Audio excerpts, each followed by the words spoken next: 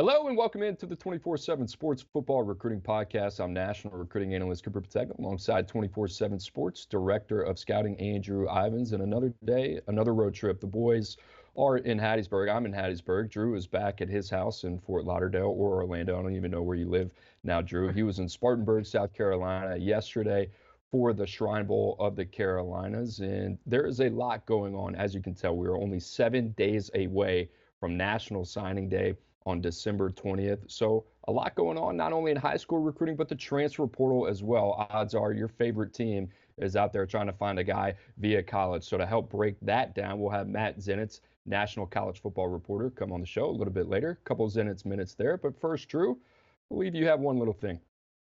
I do have one little thing, Cooper.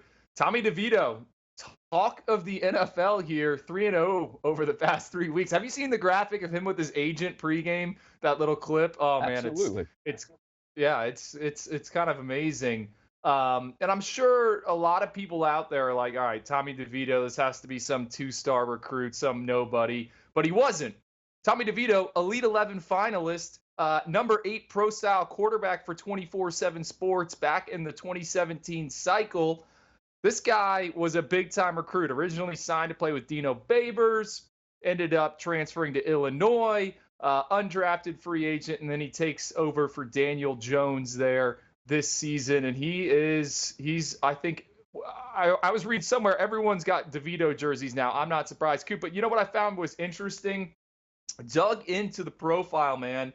And as a senior, Tommy DeVito did not have a good season. Only completed 57.3% of his passes for 1,900 yards, 16 touchdowns, and 6 interceptions. He went 0-3 the first couple games of his senior season there at Don Bosco. Won a state title as a junior, but it's always fun to look back at these guys that are making noise on Sundays. And Tommy DeVito, he was a blue chip recruit. He was an Elite 11 finalist. So this isn't just some guy that just figured out how to play quarterback.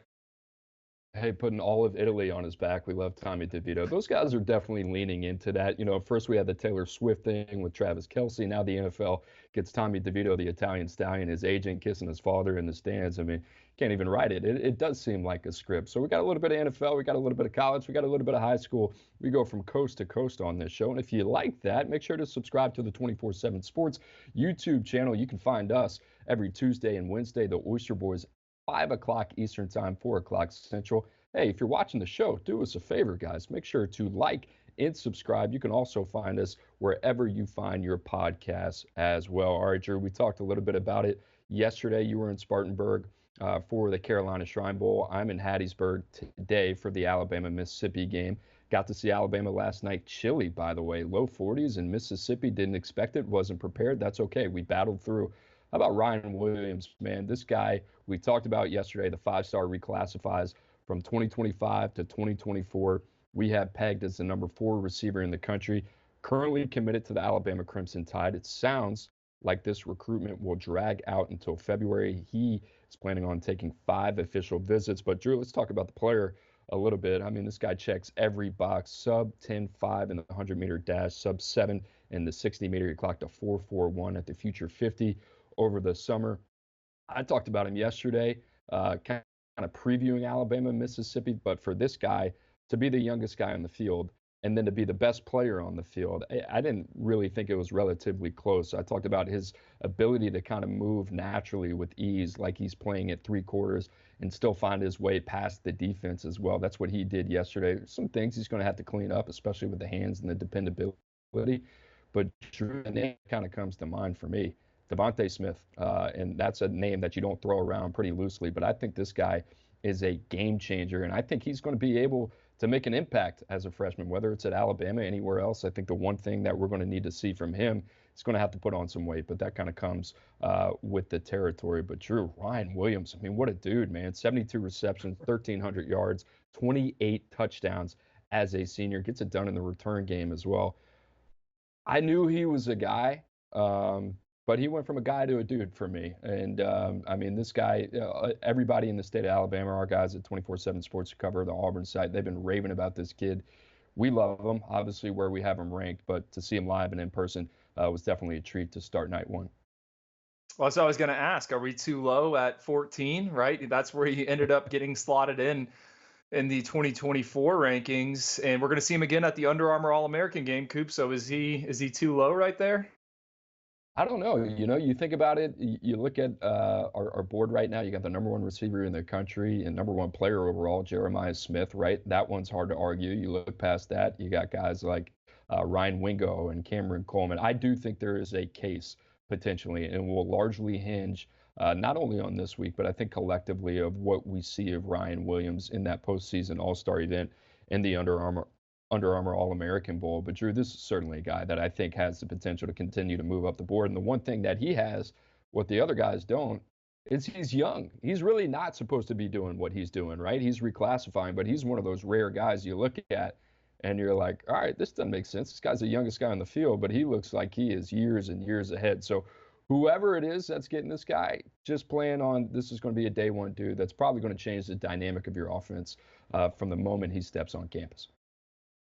Well, I'm going to go from a 5-star to a 3-star. Jaylen Brown. I think you called me right away last night. I was at the airport. Jaylen Brown committed to Missouri, and I have some contacts at Mizzou that would tell me this kid is the real deal, and they were hoping to keep him under the radar. I believe LSU has been sniffing around a little bit, but he spent this past weekend in Columbia in an official visit. Cooper, I'm assuming he was kind of the biggest surprise of night one.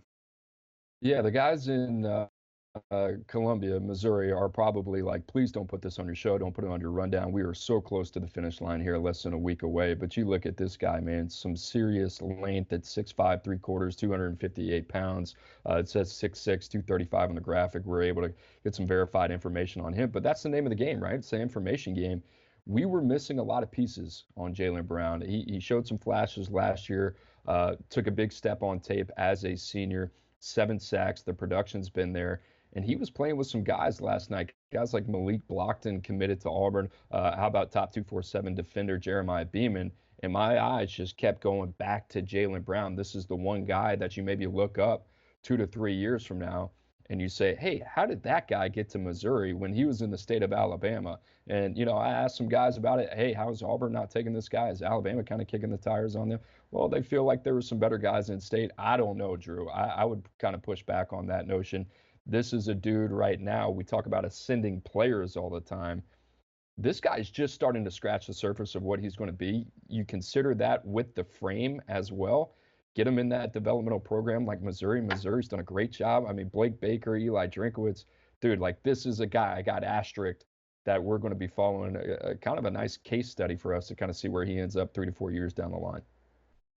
I love Missouri's class, right? 35th in the rankings, so it doesn't look all that exciting, but you got Williams and Nwaneri, Jackson Hancock. They're trending for Trajan Greco, James Madison from St. Thomas Aquinas. I think this is an elite group, and I keep saying it. Eli Drinkwitz, Blake Baker, all those guys, they had on-field success because they got it done in the transfer portal, but they're using that transfer portal, those players and that success to parlay it into, I think, a sneaky good recruiting class. Elias Williams out of the state of Florida, another sleeper, big frame defensive lineman. So I am all in on Missouri. What is it? Mizzou?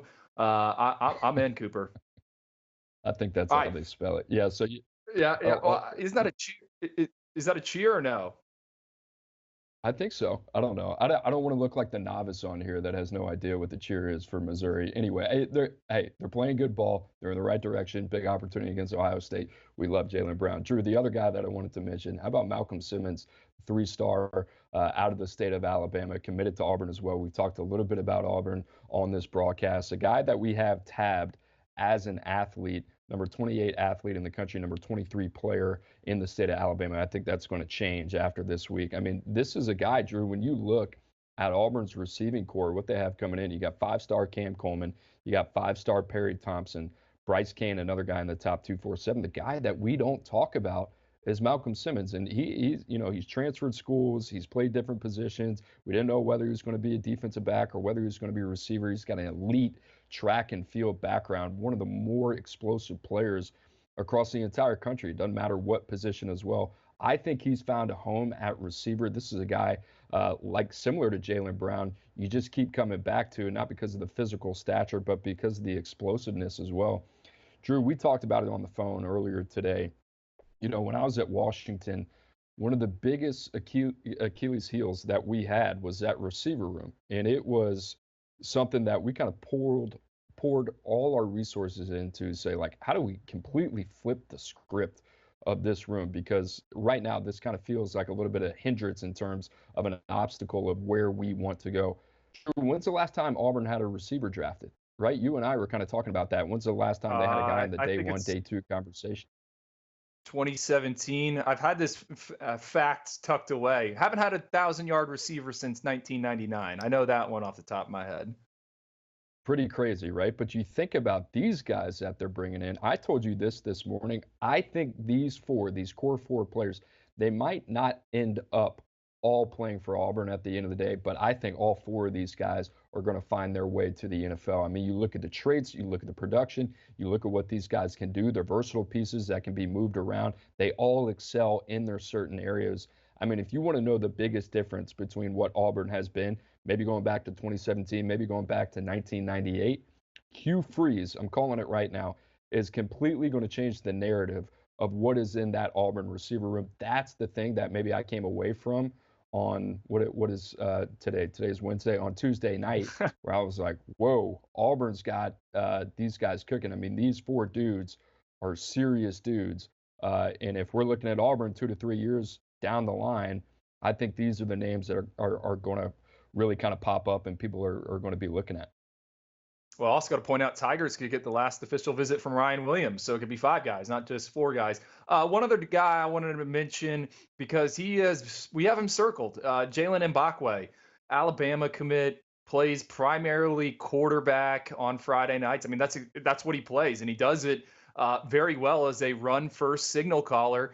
But it's a defensive back projection, and Cooper wasn't last night. He running around out there at safety. So initial thoughts on Mbakwe and his potential to be a DB. I know you have written down here he hasn't played DB in 3 years, but I saw him play some DB at Battle Miami at one of those 7-on-7 tournaments back in like January. He played a little bit of DB. He was kind of talking off to the side and overheard. He's like, I really haven't fully focused on the defensive back position in 3 years. That being said, for somebody that hasn't played DB in 3 years, he looked pretty darn natural at it. And the safety spot was a pretty interesting wrinkle. Alabama's got some good corners on the end, Kirkpatrick, TJ Banks, a couple other guys. So they're deep there. So I wouldn't really,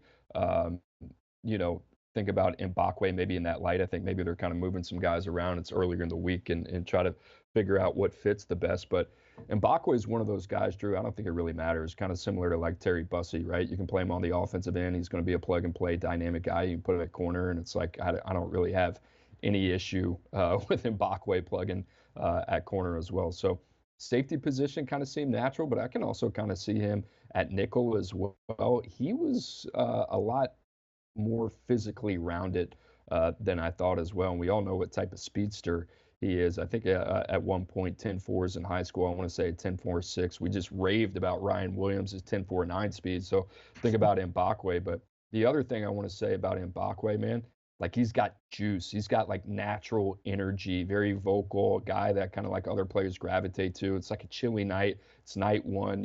Some of the guys you can kind of feel it's like, I don't know if they want to be out there. Mbakwe is like, all right, this guy kind of burns hot. So that's one thing you notice. You want your best players also to have the best energy, right? So Jaylen Mbakwe, that kind of stuck out to me. I mean, I love that player, Drew. I mean, that's a guy that we kind of got to get figured out, right? I mean, he's a hard projection. He dominated at the quarterback position. But like we said, what do you do with a guy that hadn't played the position that he's going to play in 3 years?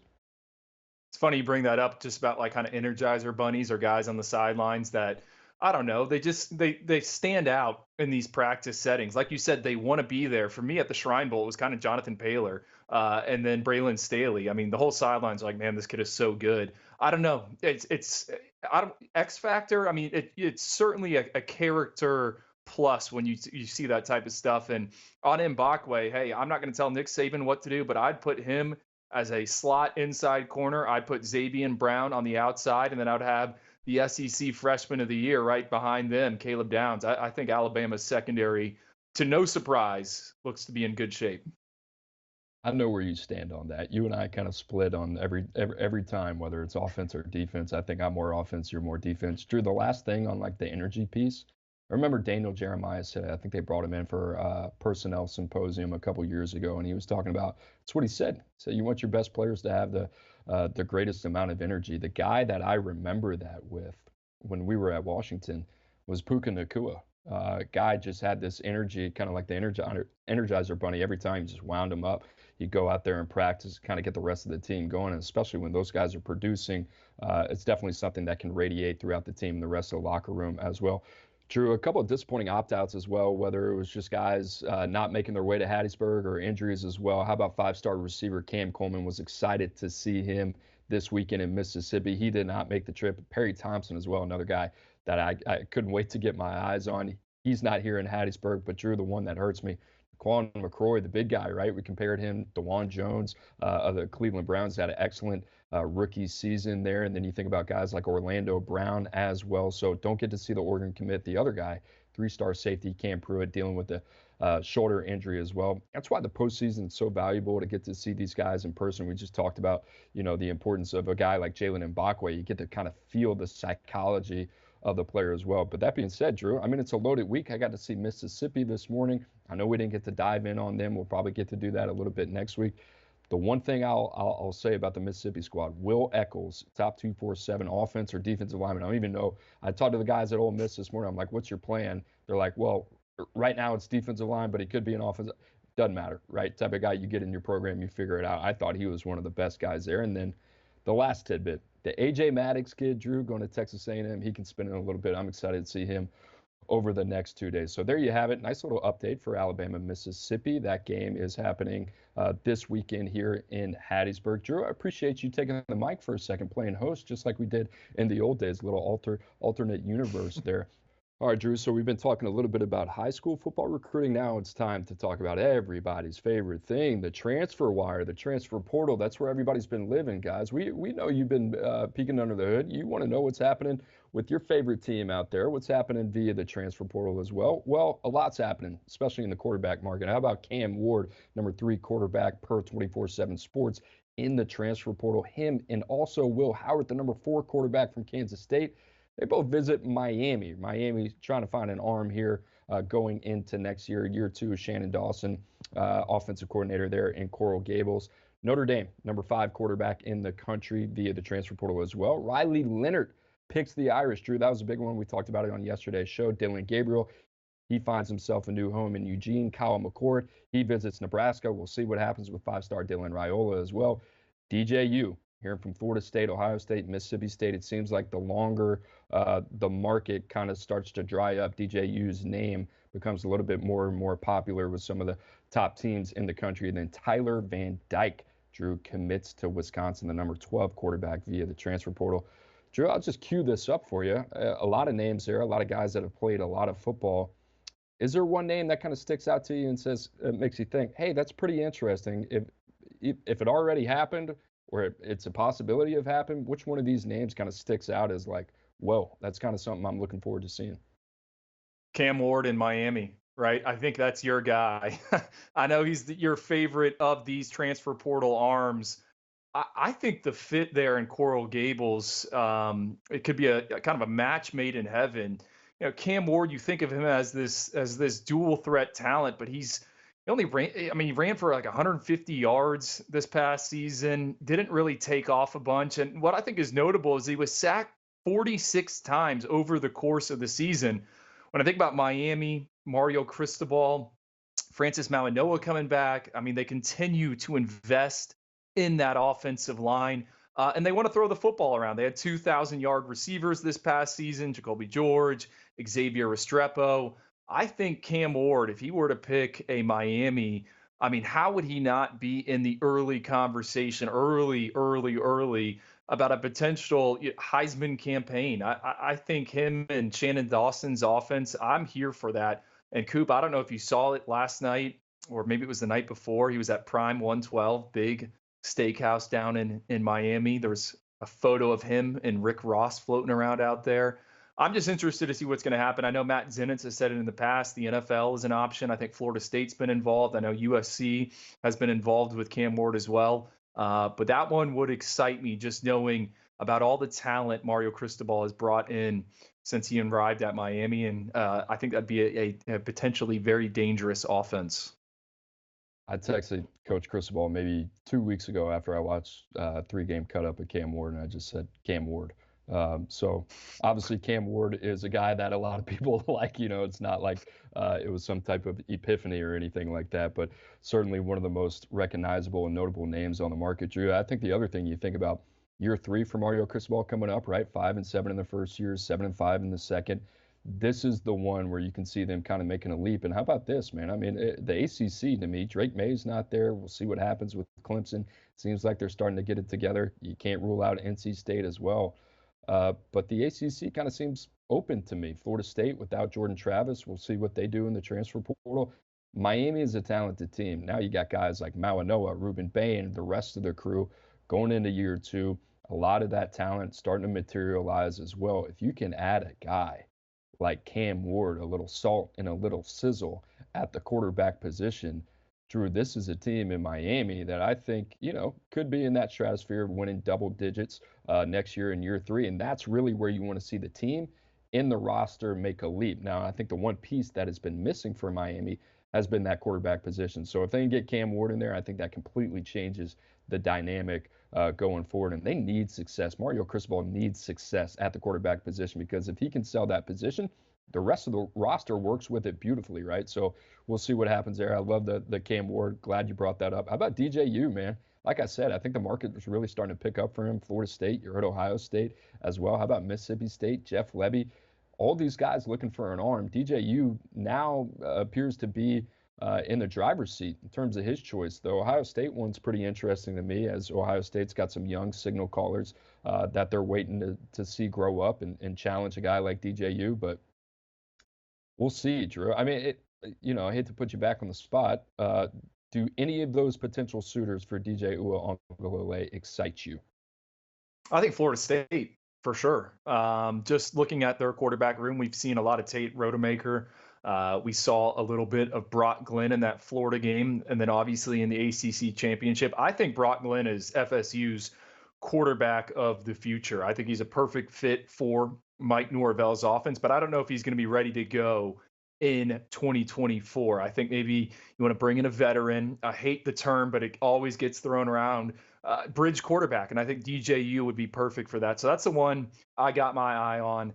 And we'll see. Ohio State, certainly. I mean, you would have to think they're going to make a move on someone here in the near future. And a few days ago, it felt like they're going to have the pick of the litter, but so far no visits for any of the quarterbacks, and it's still kind of up in the air who they're going to zero in on. Yeah, pretty interesting. I would have expected maybe a decision from Will Howard. I still think Cam Ward is the guy. It's like the first domino that needs to be dropped, right? USC also in the picture as well. So we'll see what happens there. But it's not just quarterbacks in the transfer portal. It's other positions as well. Drew, how about this? Marvin Jones, former 5-star, the number 21 player, the number 2 edge in the class of 2022, a guy that you are very familiar with out of American Heritage down there in Plantation, Florida. He enters the portal today from Georgia. Drew, I think you expect a couple of teams and a couple of notable teams to be involved in Florida State and Miami. I think this is going to be a battle between the Noles and the Hurricanes. Marvin Jones' father obviously was an All-American there in Tallahassee. But don't forget about this. His former high school coach, Pat Surtain, is now FSU's DB coach. On the flip side, what's working for the Hurricanes is mom went to UM, and his half-brother is Daryl Porter Jr., who's in the secondary for Miami. So this was a former 5-star prospect for us, a converted tight end, wide receiver who added a bunch of size between his junior and senior seasons. Excellent edge player. I'm surprised to see him leave Georgia. I know he was injured his true freshman season, only played about 200 snaps here in 2023, but it's obviously difficult to crack the rotation at UGA, and they've had a bunch of guys leave. My scouting take on him is I think he can go somewhere and kind of be a dude, and I think it's going to be FSU or Miami.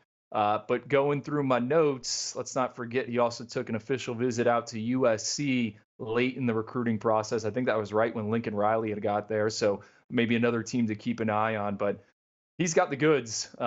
Needs to stay healthy, and I think he's someone that can make an impact potentially in the ACC if he were to pick one of those schools. God, it feels like 100 years ago, but how about Jermaine Johnson, right? Leaving Georgia, going to Florida State, then getting picked in the first round of the NFL draft with the New York Jets. We'll see what happens with Marvin Jones. Florida State, there was a lot of buzz out of high school before he ended up signing with Georgia. Drew, a couple other names. How about LT Overton, the #2 defensive lineman, visits South Carolina over the weekend, excuse me. He'll see Alabama this weekend. So we'll see what happens with LT Overton. He's an interesting one, Drew. I kind of want to get your take on this. Another reclass guy, played a lot of early snaps at Texas A&M. Coaching change there with Jimbo Fisher to Mike Elko. Finds himself in the portal. Kind of interested on what you think of the career arc so far of LT Overton. I think he needs Alabama. And you're a guy that used to work inside that building. I mean, uh, played, got his feet wet. I think he needs someone to polish him up. I think he needs someone to break him down. And I think what they got going on there at Alabama might be the perfect option for him. Cooper, my other thought here is the Crimson Tide have been linked to some high-profile transfers. Now, Nick Saban has been involved in the past in that secondary market. They haven't been afraid to take some of these veterans. But when you look at their 2024 recruiting class, I know it just got a shot in the arm with Ryan Williams if they can hold on to him.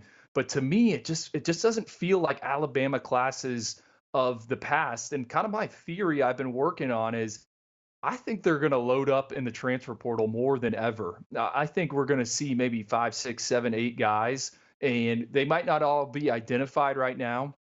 But as we get closer to Christmas and then that second window for the transfer portal, I think Alabama is going to be active. I think they maybe pivoted a little bit in terms of what their plan is. Now you can look to the 2025 recruiting class, which ranks in the top 5. I mean, there are some guys we like early on committed there, but it just to me feels like Alabama wants to get involved with the transfers, and it makes sense. You know, you got Caden Proctor, Caleb Downs. I mean, they got some young guys playing, so I'm keeping my eye on that here over the next few weeks. Yeah, they haven't been afraid to dip their toes into the transfer portal, and some of those guys have hit, some of them haven't, right? I mean, I think that's kind of the transfer portal experience. But if you're Alabama, why wouldn't you, right? Typically, you're going to get the pick of the litter there for the Crimson Tide. Drew, one more. We haven't talked about this guy at all, and there's a former top 247 running back that I think you and I really liked. How about Raleek Brown from Mater Dei by way of USC, now in the transfer portal? Kenny Dillingham, Arizona State, kicking the tires on Raleek Brown. What do you think about that potential fit?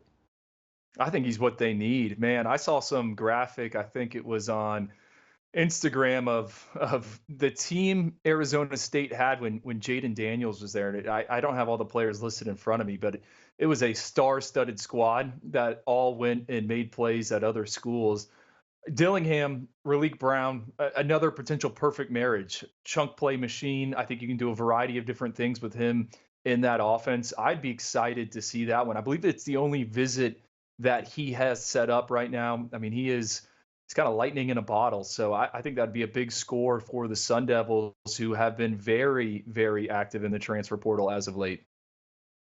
Transfer portal, we talked about that. It opened on Monday. It does not seem like it has slowed down. Last Monday, by the way, is what I'm talking about. But a week from today, Drew, we have National Signing Day, December 20th.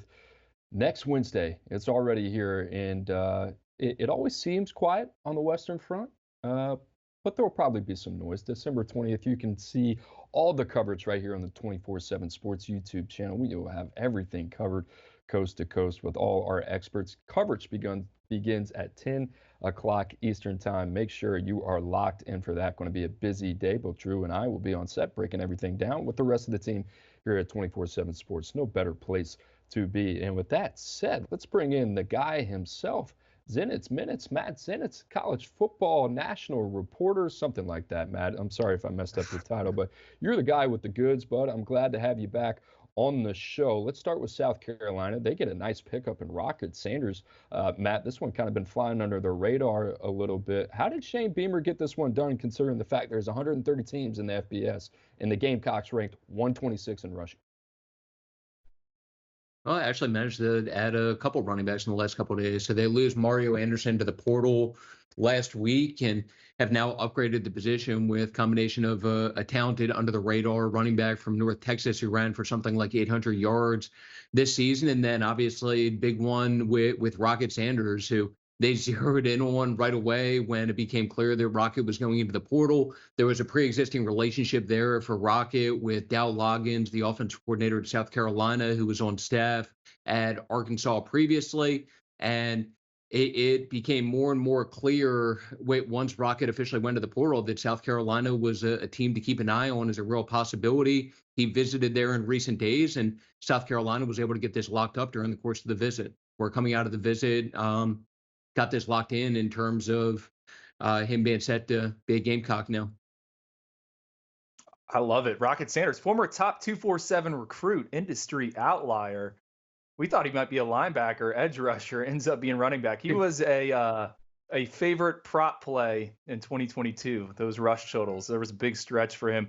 Matt, DJU, we were just talking quarterbacks a little bit.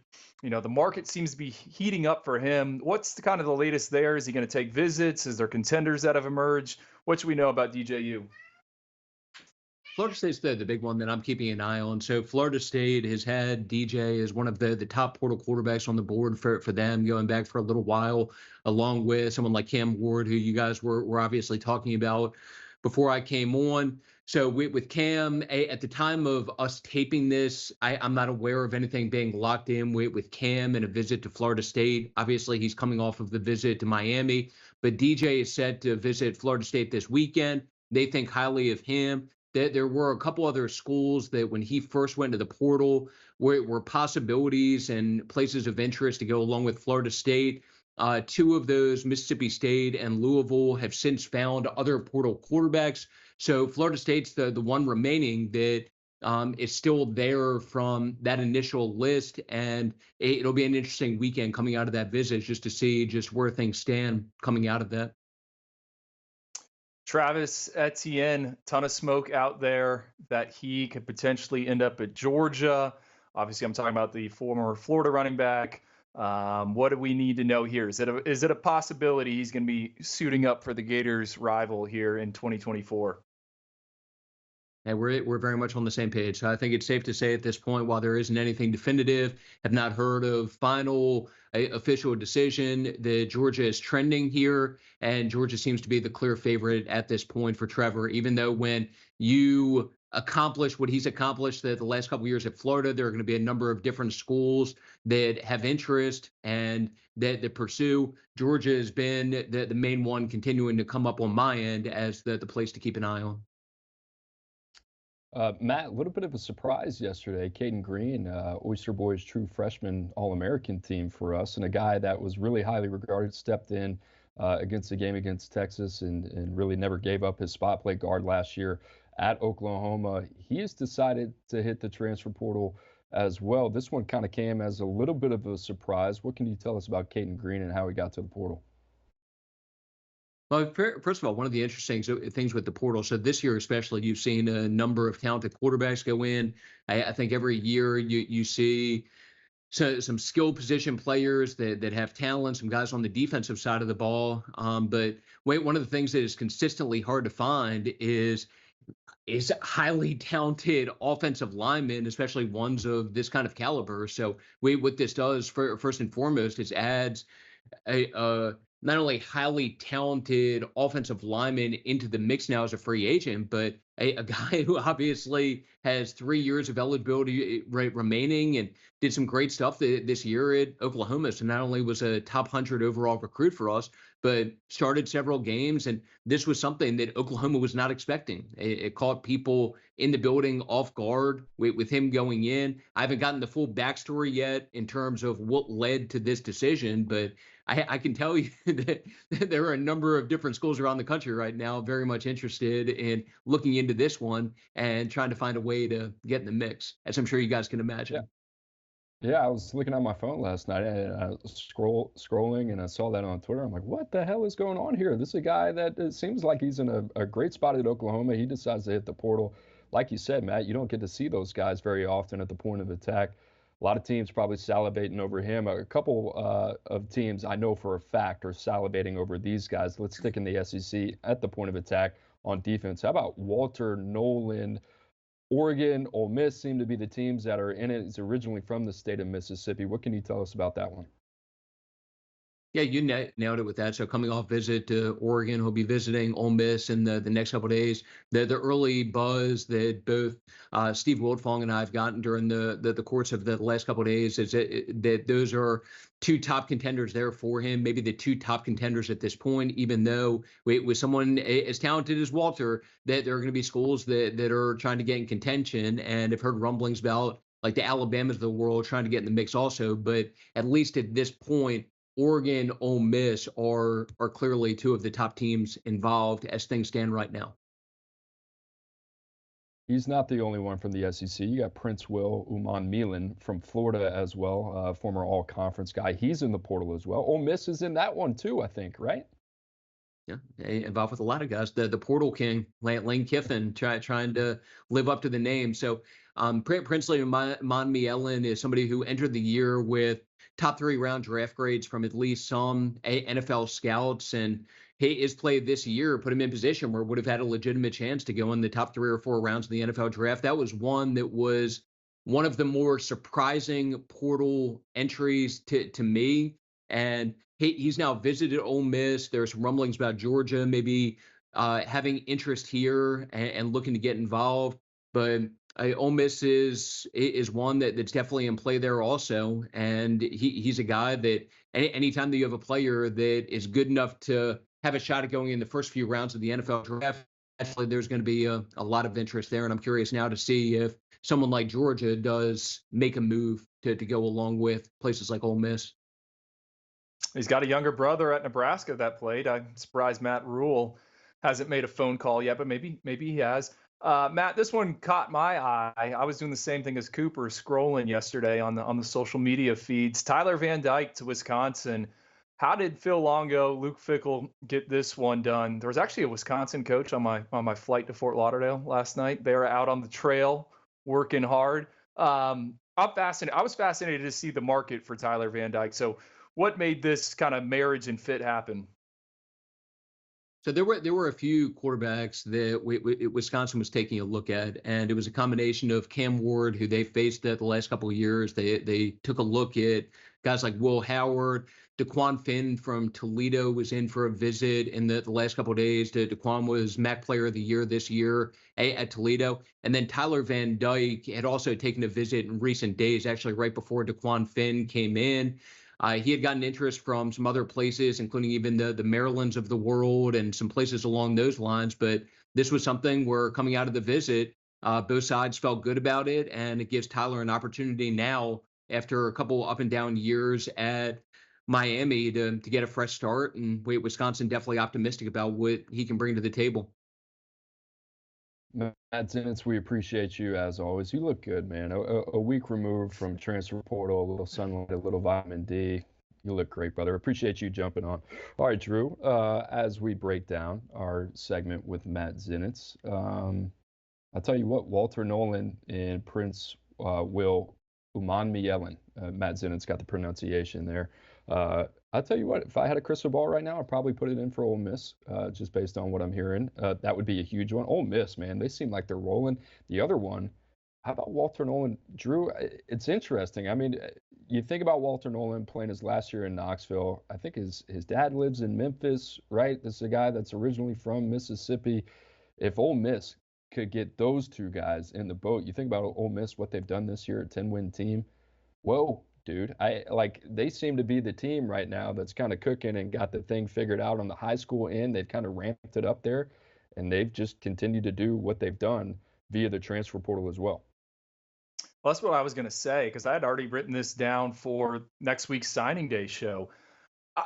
From talent acquisition, it seems like Ole Miss has kicked things into overdrive, and Matt called Lane Kiffin the transfer portal king. But to me, what I've seen over the past few months, and really back to the spring, there seems to be a different mindset when it comes to high school recruiting. Ole Miss and the Rebels seem to be trying to get guys from the high school ranks. And if you look at the top, I think, 7 prospects coming out of the state of Mississippi. 5 of them right now are currently committed to Ole Miss and are likely going to sign with them. Cooper, you're out there in Hattiesburg at the Alabama-Mississippi game.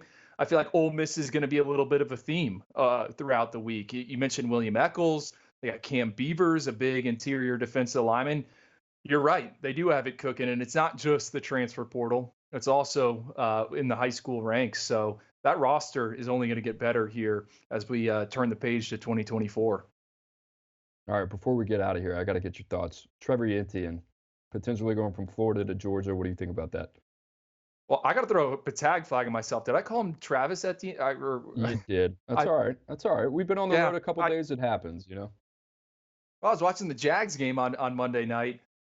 I've heard this has been in the works for a while, so I think he does end up at Georgia. I've heard through some back channels that the Bulldogs are active on the market for a running back, which is a bit surprising given how they've recruited the position, given what they got coming in from the high school class here in 2023. I think I'll be honest, man. I've talked to a lot of Florida fans, and this is kind of crushing, and it's the new age of college football. I mean, this is someone that Billy Napier, right when he was hired, went into Louisiana and got him ETN. You know, he's been excellent here the past 2 years for the Gators, and now he's going to go play for your rival. I mean, this one stings. It's you can be salty, and I think you have a reason to be. I mean, I think we're only going to see more of this, you know, moving forward, and that's just the reality. But right, new age of college football, like you're saying. Didn't mean to cut you off there. I mean, it's just it. Somebody made the point yesterday. It doesn't mean anything to these guys. You know, going from Florida to Georgia, to traditionally you think of college football and what it used to be. I don't think it means as much. And you know, quite honestly, that's just kind of the world that we're living in nowadays.